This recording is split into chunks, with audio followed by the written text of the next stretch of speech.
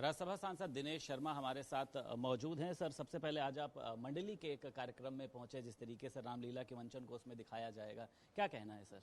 देखिए, कल दशहरा है, आज रामनवमी है और इस अवसर पर एक ऐसी पिक्चर जो सनातन संस्कृति के एक तरीके से उसके बढ़ावा के लिए, उसके जो एक सकारात्मक पक्ष है उसको दिखाने के लिए बनी है। मंचन होते हैं, रामलीलाओं में होते हैं, दुर्गा पूजा में होते हैं, बहुत सारे अलग अलग प्रकार के धार्मिक आयोजन होते हैं। उनमें काम करने वाले कलाकारों का जो मनोभाव है वो बहुत सारे लोग नहीं जान पाते और धार्मिक कार्यक्रम में वो अश्लील नृत्य है, अश्लील गाने हैं, इनका प्रयोग करने लगते हैं। तो ये मंडली पिक्चर में इस छोटे से बिंदु को उन्होंने बड़ी अच्छी तरीके से दर्शाया है कि हम रामलीला करते हैं, ये भगवान का स्मरण है। तमाम कलाकार उसी भाव भंगिमा में अपने आप को एक तरीके से वो विलय कर लेते हैं अपने मन मस्तिष्क को, और उसके बाद अगर उसमें कुछ अतिरिक्त मिर्च मसाला डालने की कोशिश कोई करता है आयोजक, तो उनकी भावनाएं आहत होती हैं। इस प्रकार की एक थीम देख के चले हैं और बड़े सात्विक गाने भी हैं और बहुत अच्छे स्टोरी एक आम कलाकार के बारे में ड्राफ्ट की गई है। मैं समझता हूँ कि एक कम बजट पे एक अच्छी प्रयोजन से कोई पिक्चर बन सकती है तो वो मंडली है।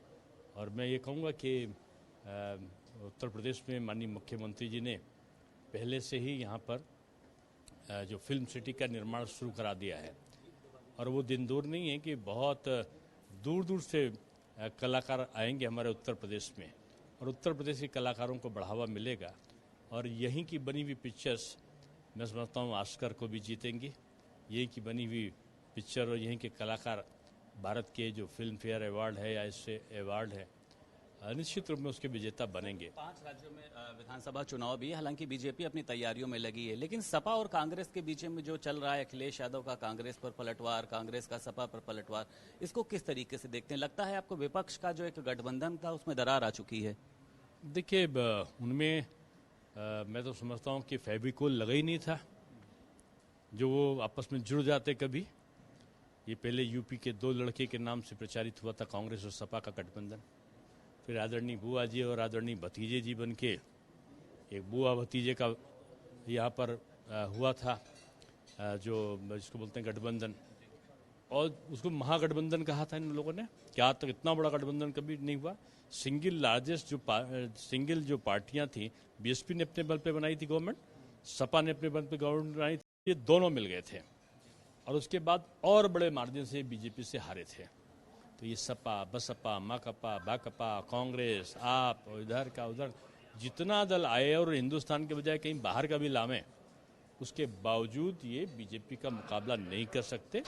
तीसरी बार प्रधानमंत्री के रूप में माननीय मोदी जी शपथ लेंगे और भारत अपने सर्वोच्च स्थान पर विश्वगुरु के पद की जो यात्रा प्रारंभ हुई उसमें पहुंचेगा। आजम खां, जिस तरीके से न्यायालय ने सजा दी उनको, लेकिन जब वो जेल जा रहे हैं कह रहे हैं कि ये लोग मेरा एनकाउंटर कराना चाहते हैं। सपा कह रही है कि आजम खां को परेशान किया जा रहा है। आपको लगता है न्यायालय की कार्रवाई पर सवाल खड़ा करना विपक्ष का काम है सर? नहीं, मैं न्यायालय की कार्रवाई पे कोई टिप्पणी नहीं करूंगा सर। लगातार सवाल खड़े, मैंने कहा ना, मैं न्यायालय के किसी भी आदेश पर कोई टिप्पणी नहीं। आजम खां कह रहे हैं बीजेपी मेरा एनकाउंटर कराना चाह रहा है। मैंने नहीं सुना, लेकिन ये पारदर्शी सरकार है योगी जी की, इसमें किसी के साथ अन्याय का भाव नहीं है। बहुत शुक्रिया सर। हमारे साथ राज्यसभा सांसद दिनेश शर्मा मौजूद थे। लखनऊ से वीडियो जर्नलिस्ट एस के वर्मा के साथ संदीप खेर, भारत समाचार।